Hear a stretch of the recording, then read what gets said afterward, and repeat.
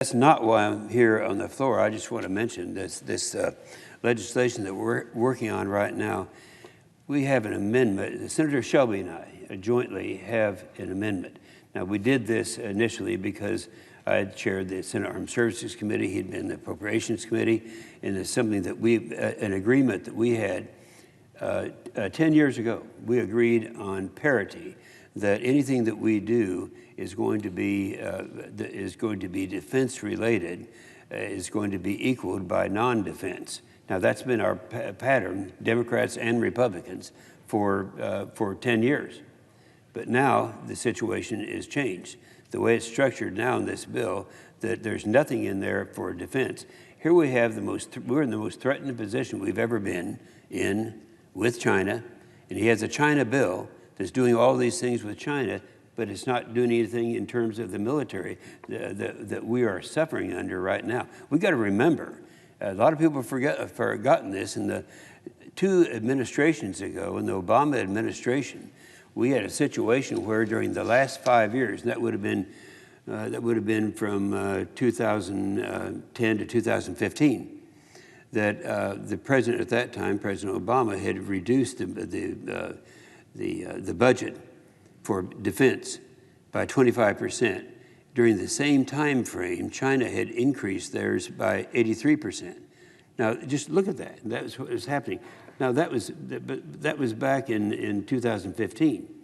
And now the situation is really getting worse, because since that time, China has increased its capabilities, hypersonics, and other areas, so that they are actually ahead of us in many areas. So what we want to do is just be sure that whatever product we come out with, that we end up having parity between defense spending and non-defense spending. It's something we've been doing for a long period of time. So the threat has not improved over the last 3 years, but has only gotten worse.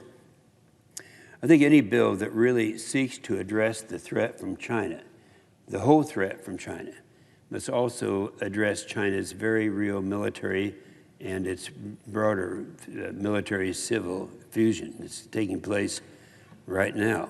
And that's why any response can't separate out military and economic competition. It must be the whole of government, and this bill is only focused on economic competition, not military.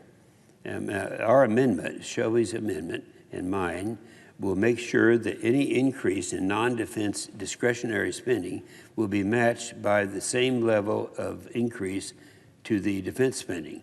Now, this is not something that was just a Republican. This is something that was agreed upon some 10 years ago by Democrats and Republicans, and yet that's not what we're looking at now with this. So this is merely going back and agreeing with what we all agree, Democrats and Republicans. In fact, in this document right here, and we often refer to this document, this is the NDA document that was put together to remind my fellow members here.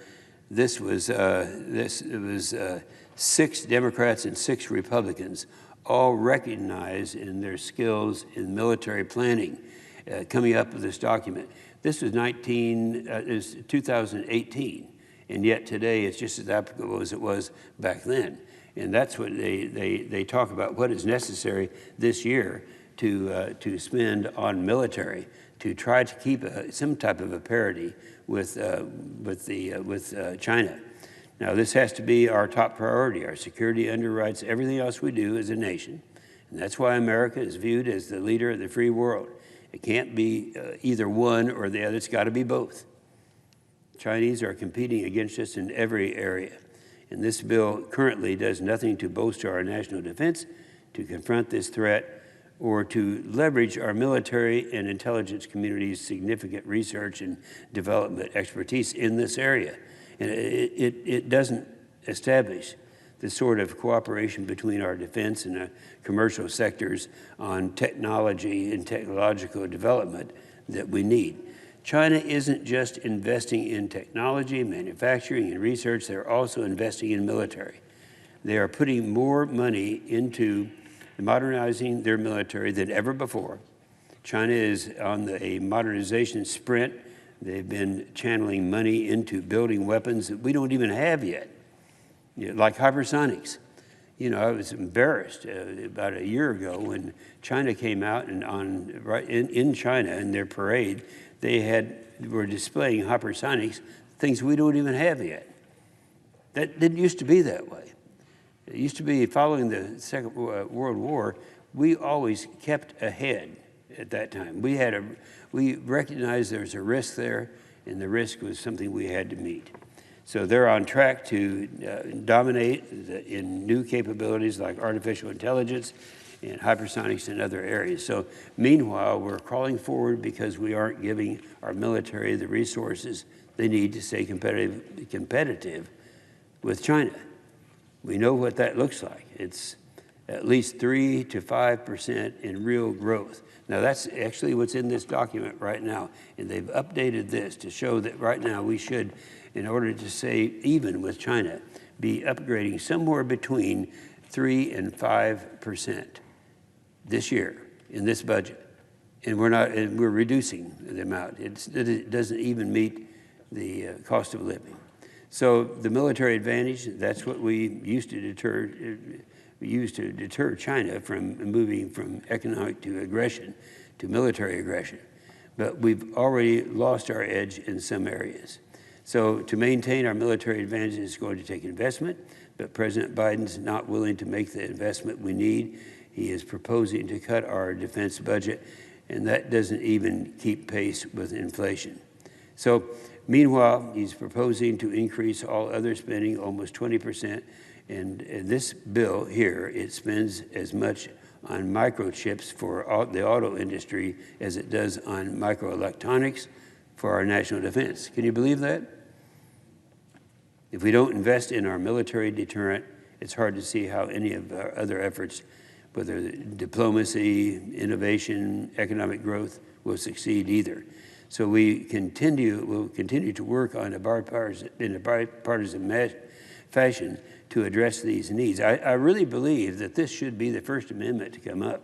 I don't know, I'm not in charge of that, but it should be. It's one that should be easy to pass because it was agreed to 10 years ago that we didn't need to be in a position where we're not keeping up with China. So our amendment does just one simple thing. It's parity. It says any change that you make in the non-defense spending, you've got to have in defense spending at the same time. I believe that should happen. It should take place. I'm hoping that we will have an opportunity to vote on that tomorrow. And with that, Mr. President, I yield the floor.